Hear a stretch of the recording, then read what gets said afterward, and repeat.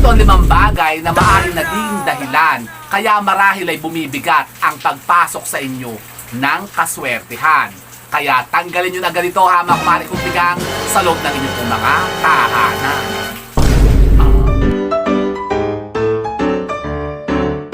So, what's up mga kumarikutigang? O, kumusta po kayo? Nako, naway nasa mabubuti po kayong kalagayan ngayon kasama nyo pong mga pamilya at mga mahal sa buhay.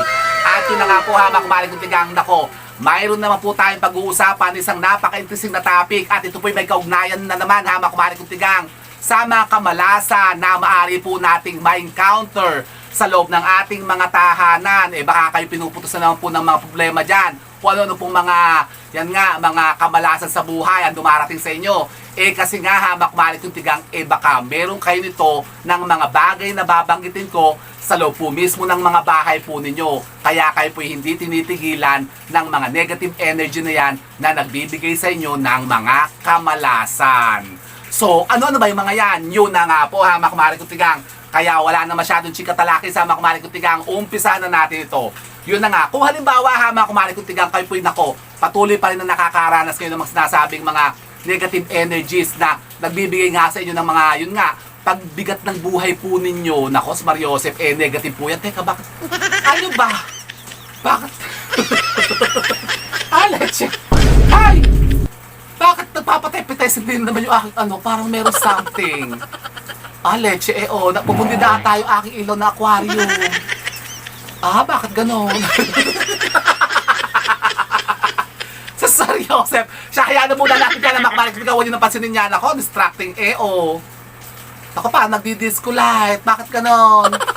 Leche Naano tuloy aking buhok dito nagugulo tuloy yung buhok ko. Siya huwag napasin niya ako. Ano ba, taklo ba natin dito ng Taklo ba natin ito? Parang nakakanista ha? Sa Cosmar Joseph. Isog natin to si Moren para hindi nyo makita. So yun na nga, kasi hamak kumarikutigang, pag-uusapan natin yung sinasabing mga bagay-bagay na yan. Na yun na nga, maaring ito po hamak kumarikutigang, meron pa rin kayo dyan sa mga tahanan po ninyo. Kasi alam nyo po ba hamak kumarikutigang, na ang mga bagay na ito na babanggitin ko ay siyang mga nagiging dahilan hamak kumarikutigang. Kaya kayo po'y lagi pa rin pinuputos ng mga sinasabing mga kamalasan na yan. Diba? Kayo po'y palagi pa rin napakaraming mga misfortune sa buhay na nararanasan sa buhay po ninyo. Nako, kapag kaganyan po hamak kumarikutigang, negatibong-negatibo po yan. So, ano ba yung mga yan na dapat po nating abatan at tanggalin nyo agad hamak kumarikutigang sa loob po ng mga tahanan? Number 1 po hamak kumarikutigang, kayo po ba may mga nakaimbak dyan na yung mga bote o mga basyo ng bote na walang laman? Basyo ng bote, walang laman. Siyempre, walang laman ang basyo Bakit? Kasi alam nyo po ba hamak kumarikutigang na, nako, isa sa sinasabing naghihikayat ng kamalasan yan, yung mga sinasabing mga bote-bote o yung mga walang laman na bote dyan sa bahay po ninyo. Halimbawa, kayo may mga dating mga tindahan, tapos kayo nalupog na bankrupt na, tapos nagsara na yung tindahan po ninyo. Tapos, parang nakaka-distract talaga itong ilaw. Patay ko na nga muna, hamak kumarikutigang nasa may akong ito. Eto, tanggalin ko na lang. Ay, napupundi na siguro to Leche, napupundi na siya, Buisit ka, yan. Hayaan mo na. Madilim niya yung... yan, madilim na yung ating yung ating aquarium. Bukas ipapanta natin ng ilaw yan. So yun na nga po hamak kumarikutigang, isa po yan sa sinasabing nako, dapat ay tanggalin nyo agad sa loob po na nyo pong tahanan kapag kayo po'y meron yan, yung mga basyo ng bote na walang laman. Halimbawa, kayo po'y merong mga dating tindahan, tapos kayo po'y na-bankrupt na, nalupog na.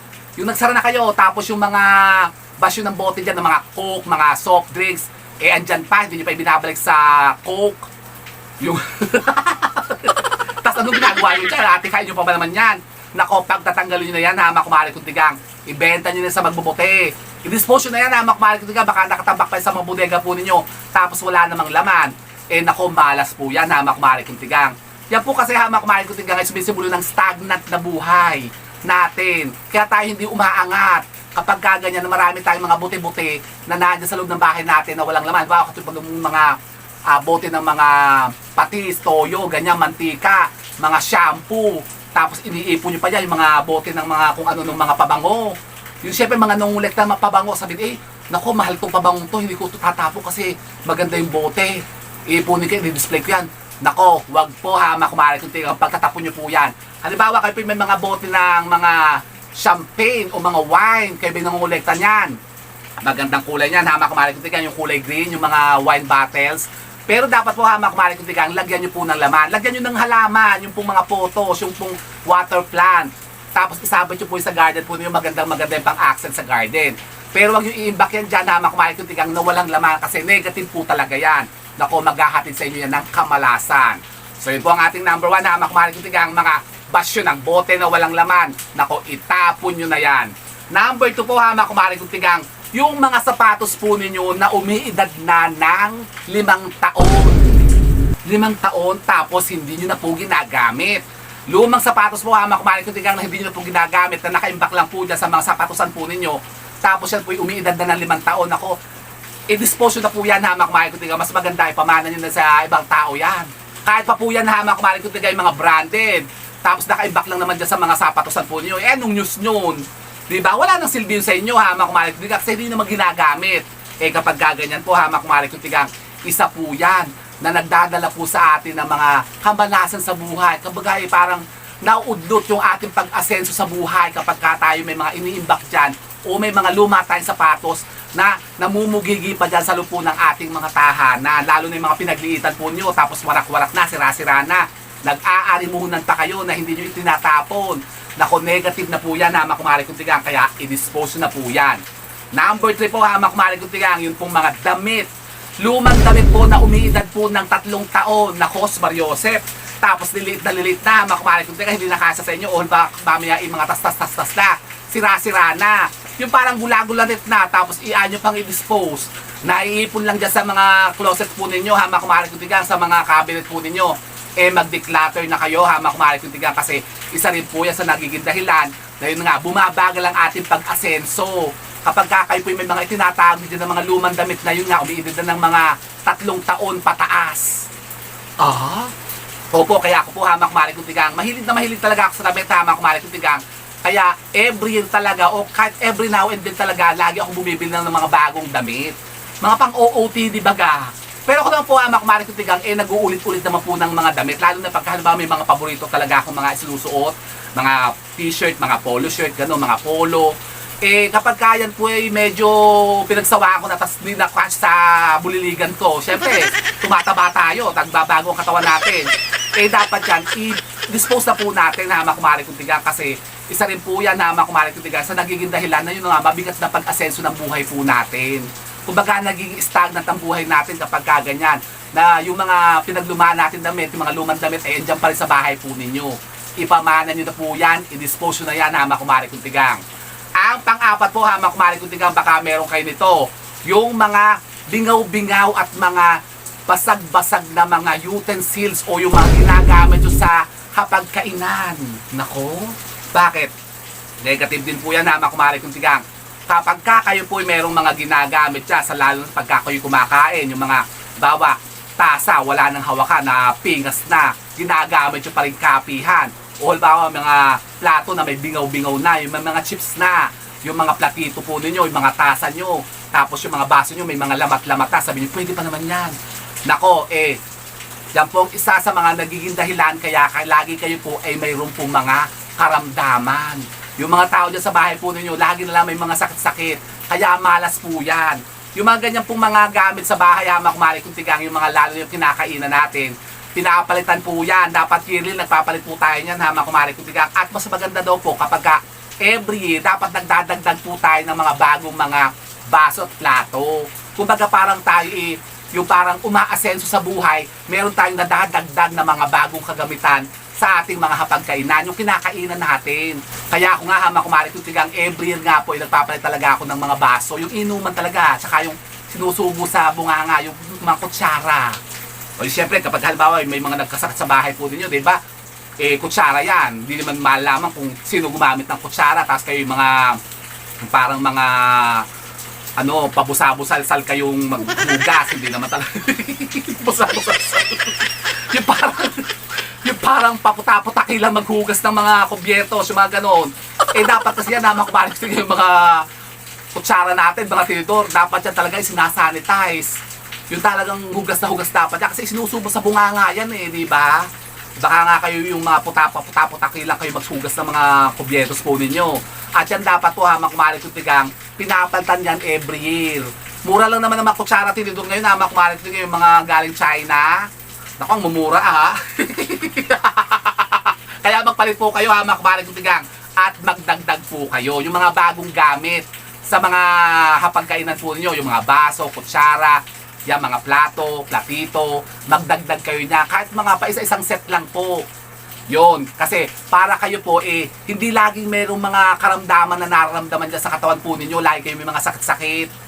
Kapag gano'n na kumalik yung tigang gumagamit kayo ng may mga sirase at basag-basag na mga dining ware, nako, asahan nyo yan. Lagi meron may mga sakit-sakit ang mga tao dyan sa bahay po ninyo. Ganun pala. Opo, kumalik yung tigang. Kaya tigilan nyo na yan. At ang panghuli po kumalik yung tigang, baka meron pa po kayo to sa loob ng mga tahanan po ninyo. Yung mga basag na salamin. Basag na salamin? Opo, nako, ito po ang isa sa mga nagiging dahilan kaya tayo po'y nagkakanda malas-malas ang buhay po natin. Ano yan? Ang mga basag na salamin. Yung mirror, kumalik yung tigang. Nako, wag na wag kayong gagamit niya kumalik yung tigang ng mga salamin na may mga basag-basag na o lamat-lamat na. Nako, okay lang po yung mga lumang salamin kumalik yung tigang basat buo. Basat nakikita nyo pa yung reflection po ng mga itsura po ninyo sa salamin. Baka naman yung mga may mga crack ng ganyan, may mga lamat na, tas hati-hati na yung mga image nyo dyan sa salamin. Nako, negative po yan. Negative na negative yan kumalik yung tigang.